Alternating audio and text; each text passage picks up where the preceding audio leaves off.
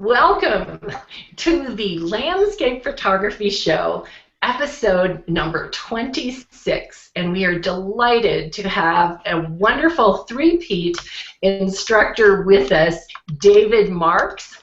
And if you watched our anniversary show, number 25, 2 weeks ago, you'll notice that he had been absolutely adored by the landscape photography viewers. So we're excited to hear about Lightroom and some of the wonderful tricks that he has. I'm Cara Riley and the founder of Photo Tour Global Directory, where consumers can connect with photographers all over the world for workshops and tours. And I'm going to turn it over to Jim Worthman. He's going to introduce himself, and then we'll get to our show starters. Thanks, Cara. My name's Jim Worthman. I'm kind of a amateur photographer based in Phoenix, Arizona, the lovely desert Southwest. I'm active both in the landscape photography theme and the landscape photography community, and I do tonight have a special announcement, and for those of you old enough to remember Schoolhouse Rock, this is brought to you by the letters B and W. So the landscape photography community has just opened a new category for monochrome. So if you haven't stopped by the community, I'd encourage you to do that. Take a look at the monochrome category, and by all means, we'd like to see some of your great monochrome work. That's it. So, Tom. Okay, thanks, Jim. I'm Tom Hurl, and I'm in Carmel, California, on the Central Coast of California. I'm an amateur photographer and curator on the landscape photography theme, and enjoy being a panel member on the show.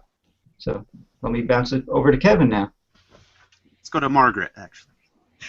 Oops. Hi, everyone. I'm Margaret Tompkins from Kansas City, Missouri, which has been looking a lot like Antarctica lately. I've been posting snowy pictures lately. It looks more like Kevin's neck of the woods out there in the mountains of Utah.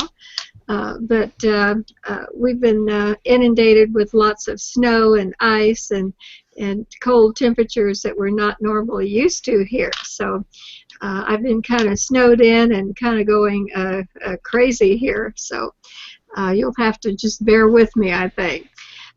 Great to be with you this evening. I'm so excited about seeing David Marks here on our show. I think I've learned more from David than I do anyone else. He just has such a wonderful way of presenting things. But I'm an amateur photographer, retired, and I just got my big girl camera, a Canon 6D, my first full sensor camera. So I've been trying to play with that, even though the weather hasn't been cooperating with me very well. So, but I'm a full-fledged amateur and just love taking landscape photographs.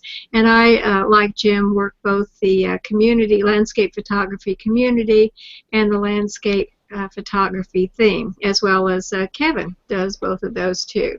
So great to be here this evening, and now I will turn it over to Kevin. All right. Thanks, Margaret. So, yeah, I'm Kevin Rowe, and I'm in South Jordan, Utah. And though I'm in the mountains, it's rained down in the valley here in the Salt Lake Valley, and it's just been snowing up in the mountains, which I like. You know, I like to keep it nice and keep the roads all clear down here in the valley, and tons of snow up in the mountains. So that's been good. One other thing that I do is I put together a monthly slideshow with all of the best of the best that we've shared to the landscape photography theme, and I'll have the one for January out here in the next couple days, so stop by and check that out, and make sure you're sharing all your photos with the appropriate tags so that we can find your photos so you can make that slideshow. So what I'm going to do is I'm going to go right into our show starter, so let me share my screen here. Okay, does everyone have that? So this is...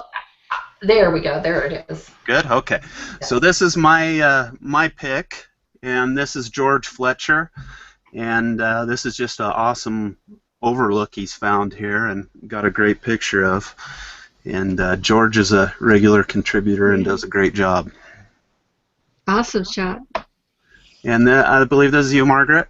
Yes, that's mine. Richard Creamer, who's one of our regular contributors. That's a beautiful shot of Yosemite.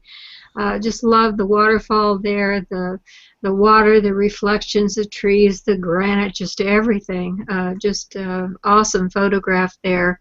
Wonderful light, just absolutely gorgeous. So that was my pick for the show starter. Beautiful. Thanks, Margaret. And Tom? I picked this one from Gunther Zettel. I really liked the crispness of this. I liked all the gray rocks and the gray sky, highlighted by the bright sunset. I also liked how it was balanced with the sunset on one side and the lighthouse with the little red light on the other side. So this one really appealed to me. Yeah, I love the mood in that. That's great. We can feel it. And then Cara. All right. This is Tom Sloan, who is also a regular contributor to the landscape photography theme.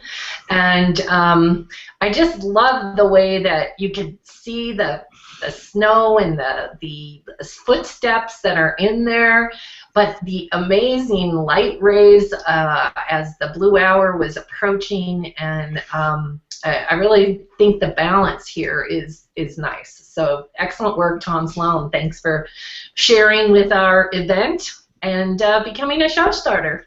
Yeah, we love Tom. Tom's always got great stuff. Yeah. Okay, and then David, this was your pick.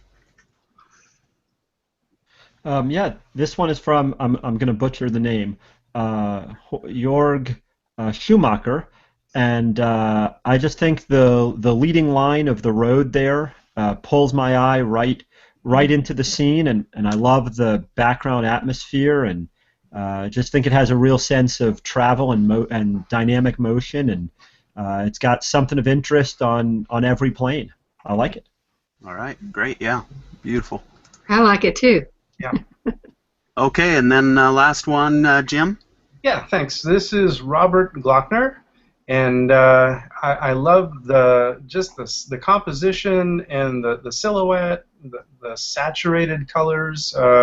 It all worked well for me. The reflection, of course, and you know, in his comment there, you can see it. He did a 2-exposure HDR, and he talks about, you know, a little bit about his workflow with Photomatix and Lightroom, and then finishing it off in Color Efex Pro.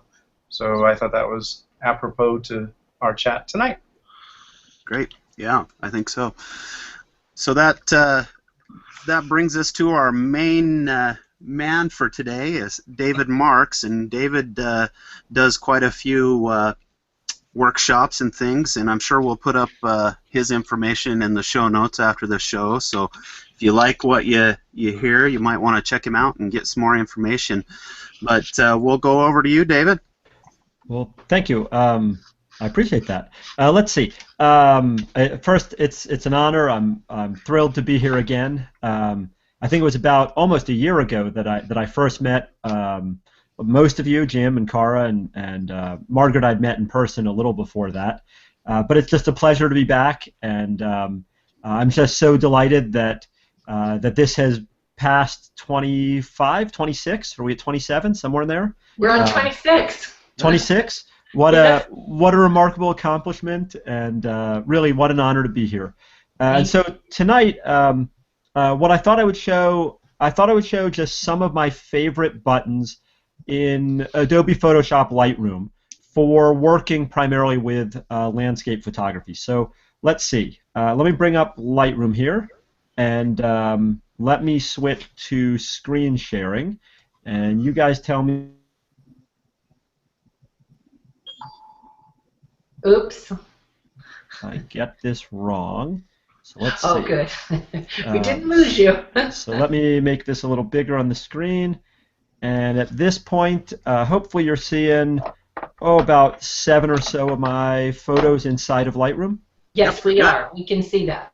Awesome. So what I did for tonight is I picked out 6 or 7 little example photos from places I've shot or places I'm going, And I thought I would just show a couple of the buttons in the fun part of Lightroom, in the Develop module, just some simple tricks that can improve photos like this quickly and easily. Now, so what I'll do is I'll take, say, this first photo, and I'll slide from Lightroom's Library module over to Develop. Two easy ways to do this. You can click Develop up here on the what they call the module picker, this top right side of the screen, or keyboard shortcut is the letter D. I wish all the shortcuts were that easy, but off to Develop we go. Now, I have to point out something here about the type of file I'm working with. I'm working with a DNG file, a RAW file. Could be CR2 from a Canon, could be NEF from a Nikon, OLY from an Olympus, on and on and on. But the button I want to show first is one that you won't have, or you won't have any fun with, if you're photographing in JPEG. Now, I don't mean to say that photographing in JPEG is bad or that you'll lose out on this in life, but if you shoot in JPEG, the button I'm about to demo, you had that choice in your camera before you clicked the trigger. If you shoot in RAW, one advantage is you get this what I'll call bonus button when you get home. And the bonus button lives, of all bizarre places, in the last panel of Lightroom's Develop module. It lives down here in camera calibration, which sounds really scary. And in fact, within that scary panel, it lives here where it says Profile. Now, a lot of the stuff in camera calibration is scary, but this Profile button, not at all. This Profile button, what it really is, or what I would have described it as, is the film I wish I'd had in my camera back in the film photography days. So let me click here, and a little list will pop up. Now I have to explain that the list that you might see with your files and the list that I'm going to see may be different. The list that pops up here, Adobe Standard, Camera Landscape, hopefully you guys can see those. These are the profiles that Adobe has created. I would call them film types for a Canon photographer. A Nikon photographer will see a different list.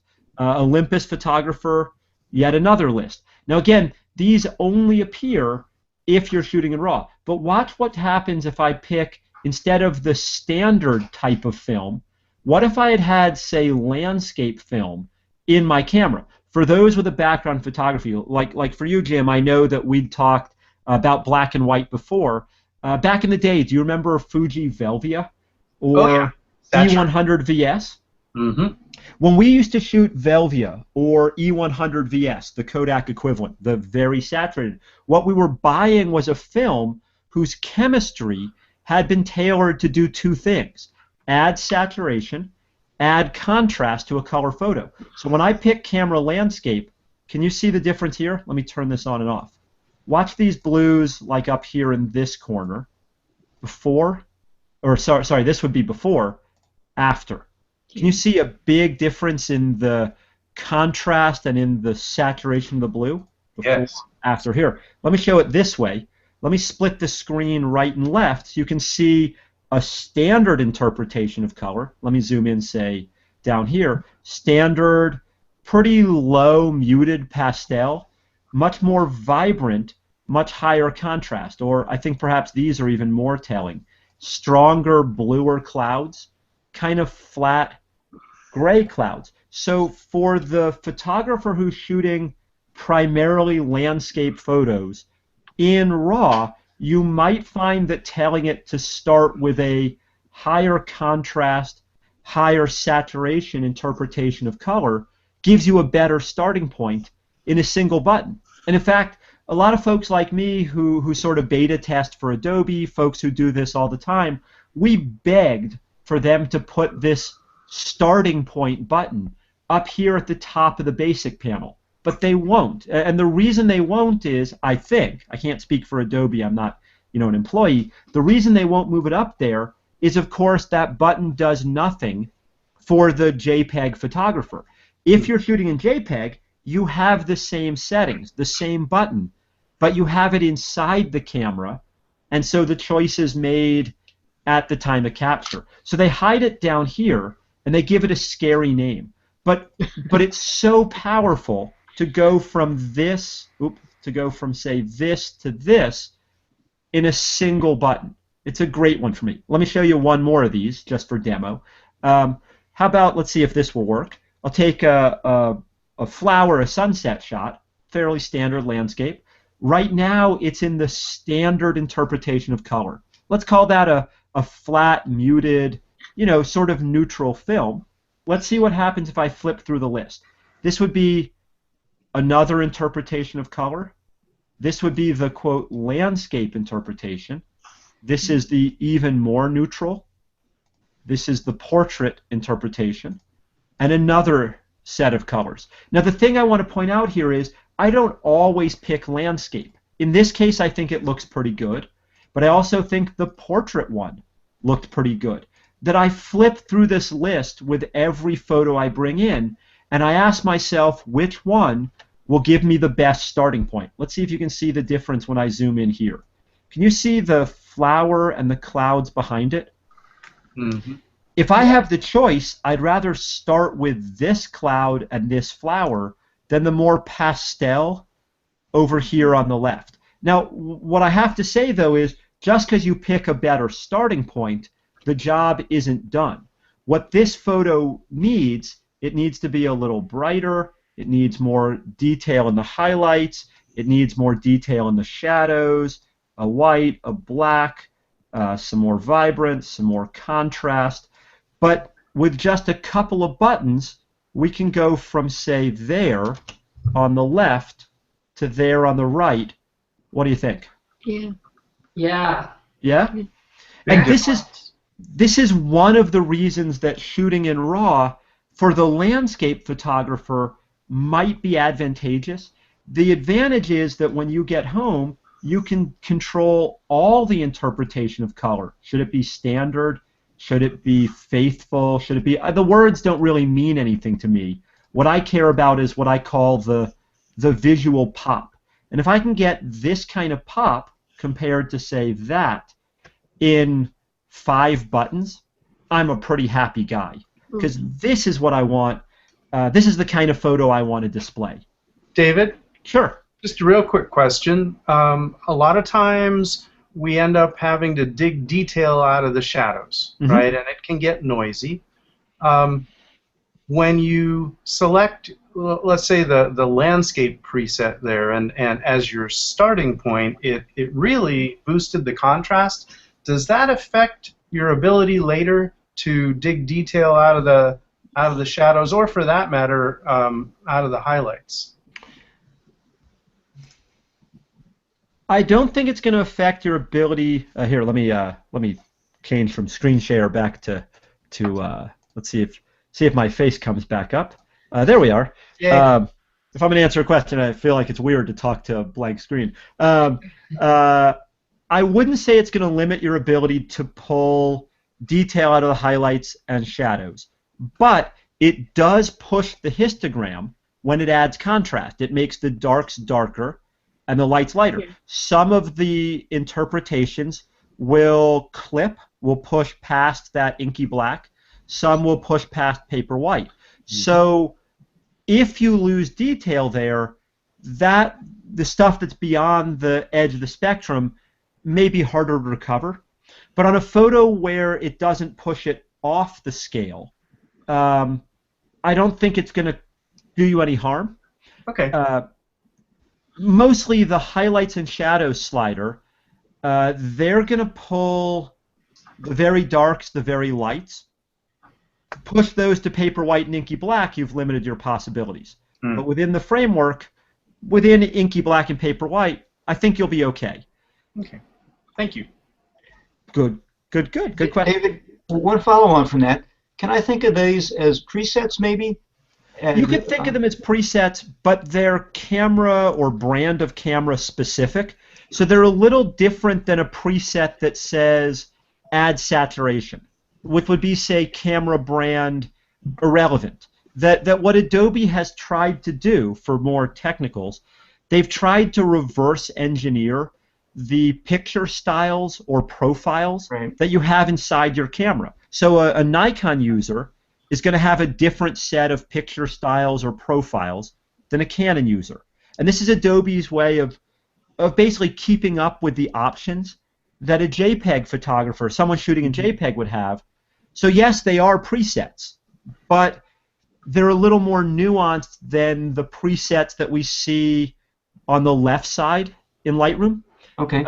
So say I do bring it in on using the landscape mode that increases the saturation, increases the contrast, and I find I'm clipping at either end. Can I then roll back the contrast with the contrast slider? Sure, because And these just to back that way to kind of answer Jim's question. Yeah, exactly. That these they're a starting point, not a finishing button. And ironically, they're where I start with every raw file, every landscape file that I bring in.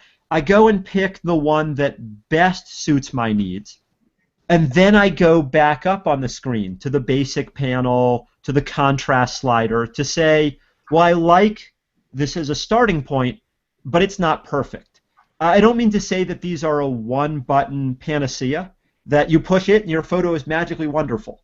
But if I can start with, like in the old days, if I could buy Velvia and shoot Velvia for sunset, that was better than shooting a more neutral film, Provia or Ektachrome, or that they give me a better beginning, but not all. It's not everything in one. Yeah, just real quick, I have I always use this. In fact, I use the camera landscape so often that I actually just have it as one of my presets for when I'm importing landscapes. And I'll go take it off sometimes. I'll go look at it, but like on my Canon files, you saw what he just had on there, versus my Sony files, I have about 5 more options in that screen. So they're different for each camera, like you were saying. How does it determine from the file then that is brought in, that's imported, as to what options are available there? Yep, absolutely, Margaret. What it's doing, what Adobe is cleverly doing, is they're reading the metadata, and where it says Canon camera or Canon 5D Mark III or Sony AR7, it says, oh, well, if that's the camera, then these are the profiles that would have been available, or our best guess at the profiles that are available internally within that model of camera.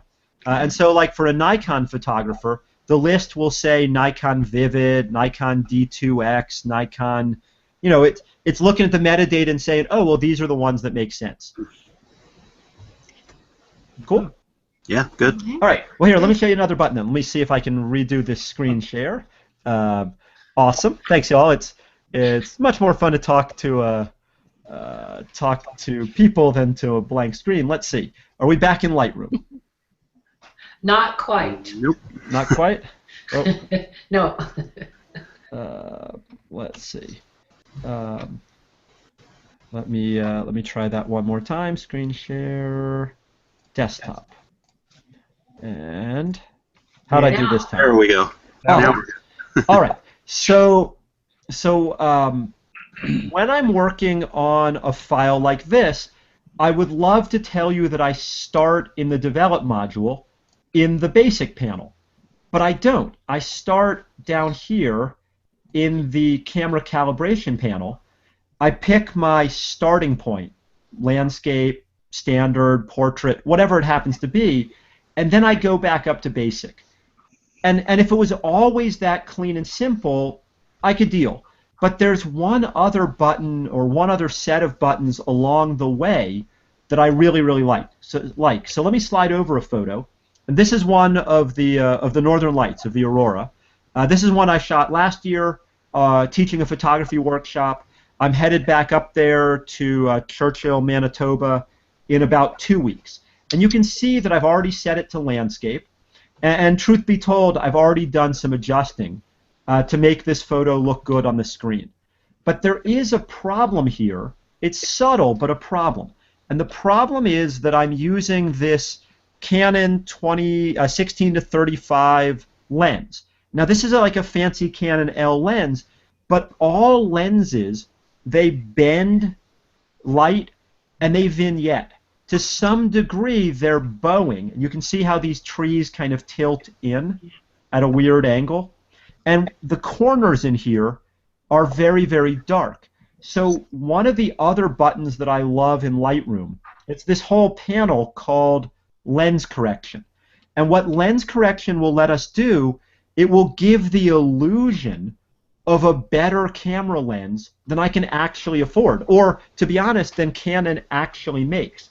So just to be fair, the 5-panel across that I have here, the one that says basic, profile, color, manual, that's the look in Lightroom 5. For folks using Lightroom 4, you'll have just 3 tabs, profile, color, and manual.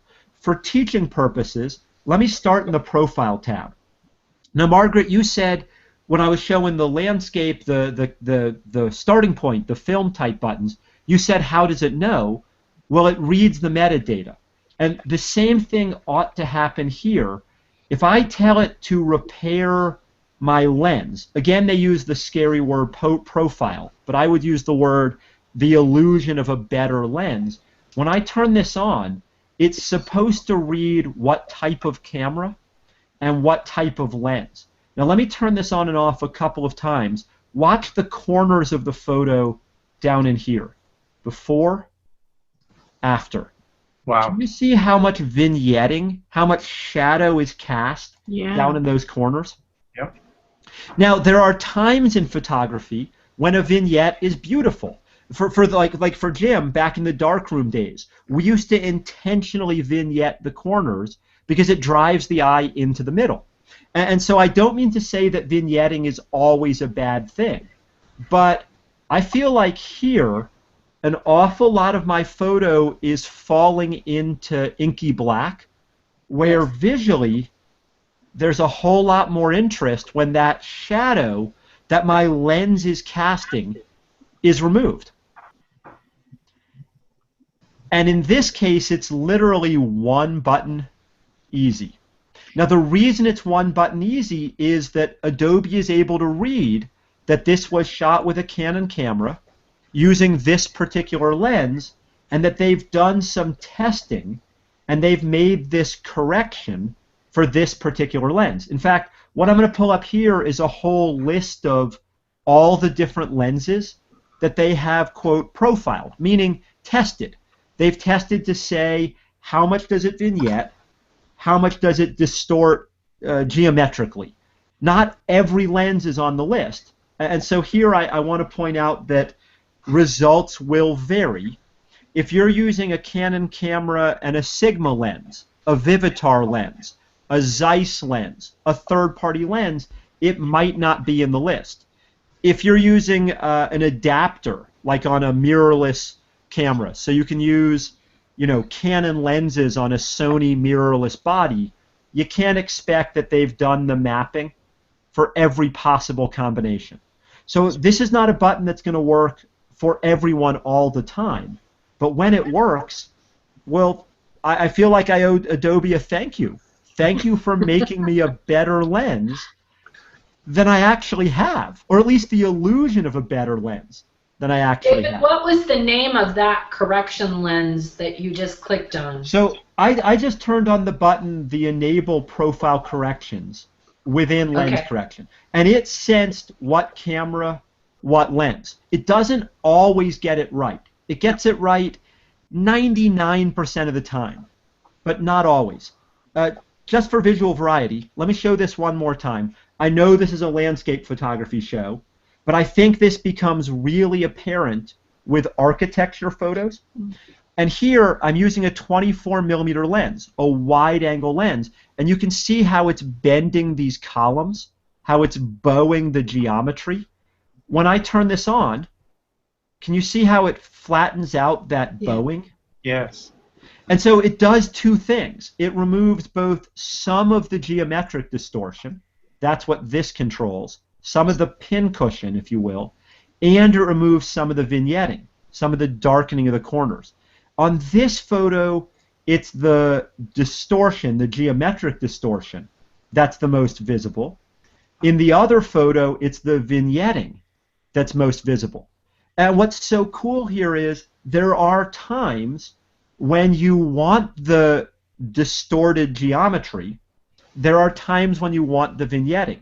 So a little further down, we have these controls where I can decide whether I want it removed or whether I want to keep it. Or, in the case of the vignette, should the corners go dark? Should the corners go light? And that's what these last two, or these two controls down here do, is they let you decide, should I have some of that correction, but not all of the correction? Does that make sense? Yeah. Yep.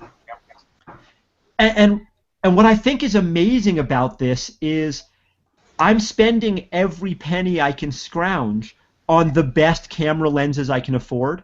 Both of these photos were shot with Canon L, their highest quality, fanciest level lenses. But even at the highest quality lens, we still have vignetting.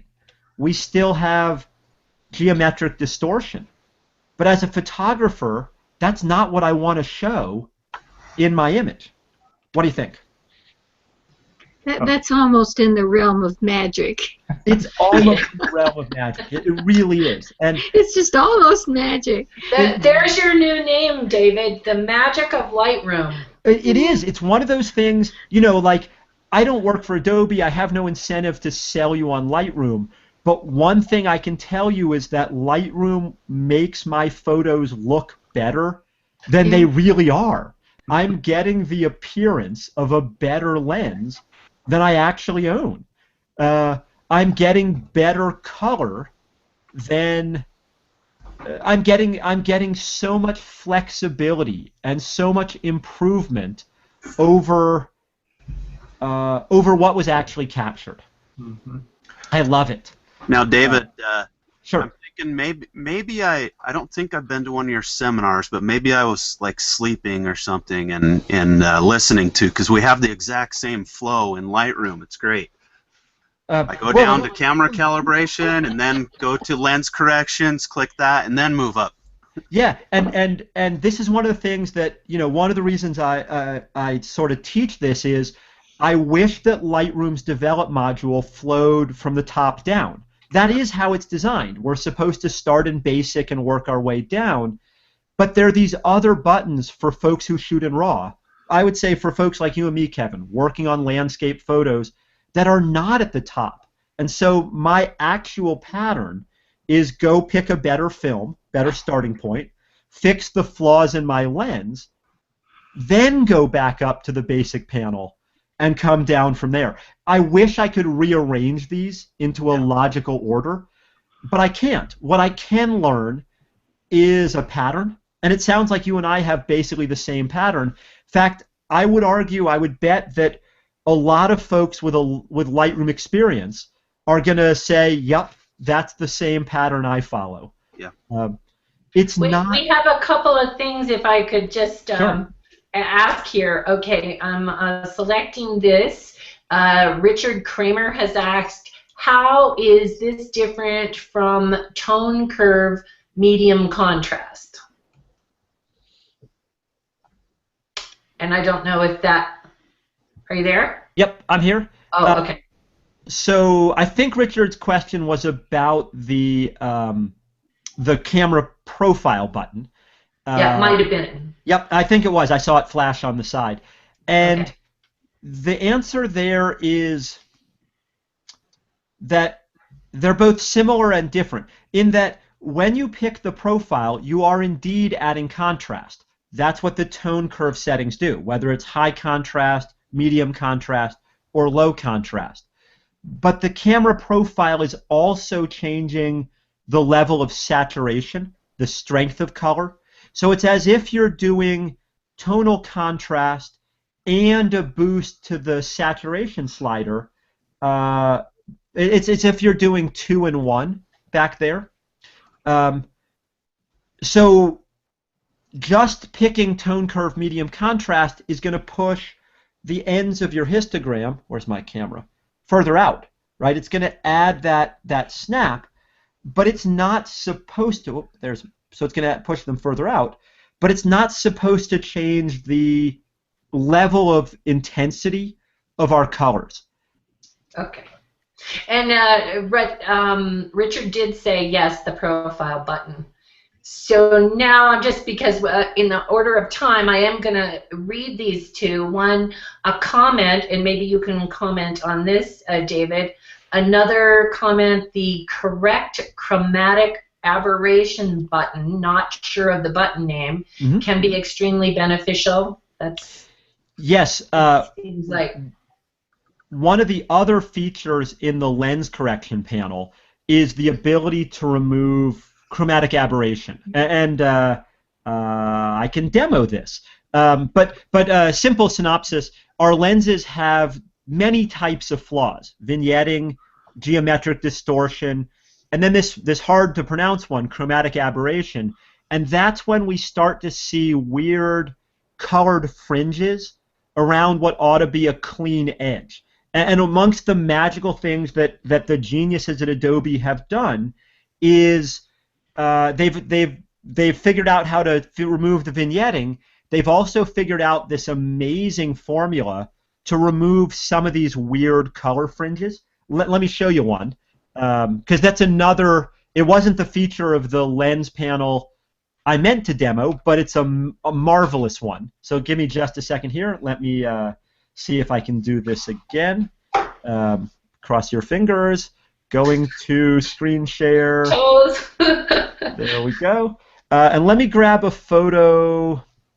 Let me zoom in on this photo here. And I'll show an area. Let me zoom this way in. Let me zoom it in, say, over here.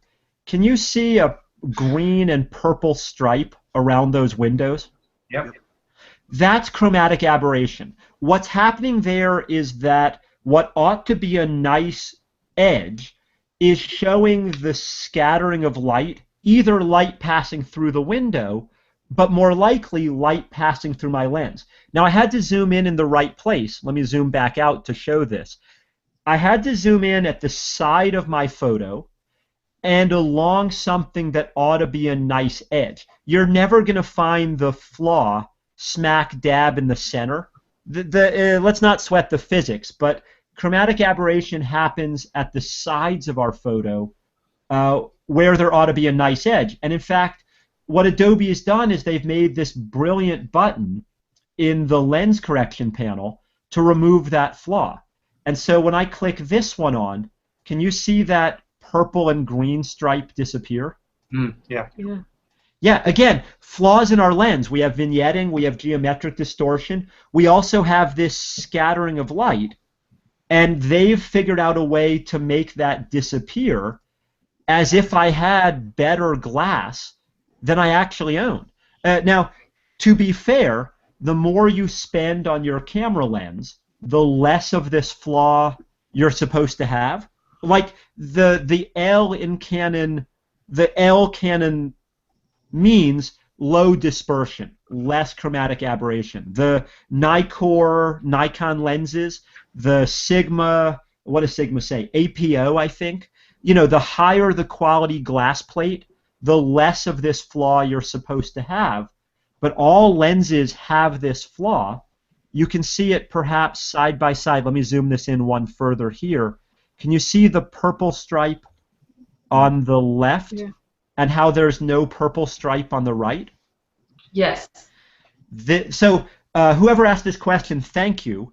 This was not a feature I'd intended to demo, but if you're going to go fixing the flaws in your lens, you might as well fix both the geometric bowing, the vignetting, and the aberration. And so to bring this, say, to Lightroom 5, because folks like Kevin and I have been pushing these buttons again and again, in Lightroom 5, not in 4 or previous, Adobe added this little tab, the Basic tab.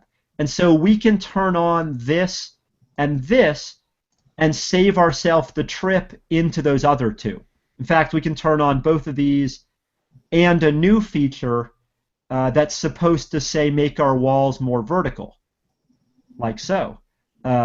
all sorts of neat new tricks in Lightroom 5. Let me show the before and after here. Bode, vertical. Oh, I like it. Correction.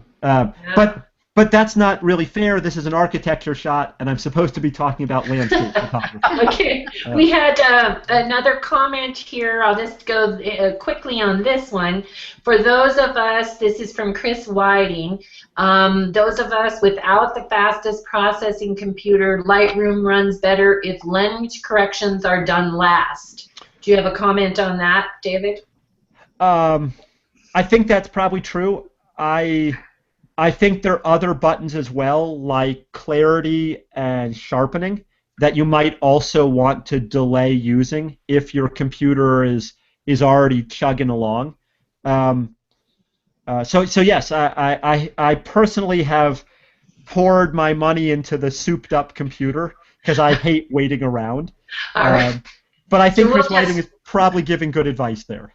We'll thank Chris for that. Now, here's one more, and then we'll let you finish. David, can you explain the setup menu and its options, default auto custom, that shows up when you check enable profile connections in lens correction panel? Oh, hi, Jan. That one's from Jan Kabili, and this is a loaded question because she knows enough to call me out if I get this wrong. Oh boy. Way to go, Jan. Let's see. I don't know the official Adobe explanation, but here's how I would explain it, and I may well be wrong. Let's see if I can start the screen share one more time. When you go in here and you pick the profile, this setup, well, how do I explain this? The default is letting Lightroom read the metadata and guess at what's going on in here. The custom is where you could define this camera and this lens and then save it out as a new setting. So, for example, if I work with, say, let me pick a completely wrong lens. Let me pick something that's totally wacky here. Well, I need something more visibly wacky than that. Let's pick something that just, there we go. Something that messes it all up. But let's pretend that this was Canon lens, a Canon camera Sigma lens. And you could dial all these in until they were right, and then you could save it as a new one. And that could be your new default when it reads it. But the one that I can't explain is how auto differs from the standard behavior. So you got me there, Jan. I still don't know how auto is different than the default or the custom. And I don't either. So All right. Well, what we should probably do is watch our time here, David, and we have about 7 minutes to finish up what you've done. And we thank everybody for these questions. And it could be that David might be able to go through the questions, and we could have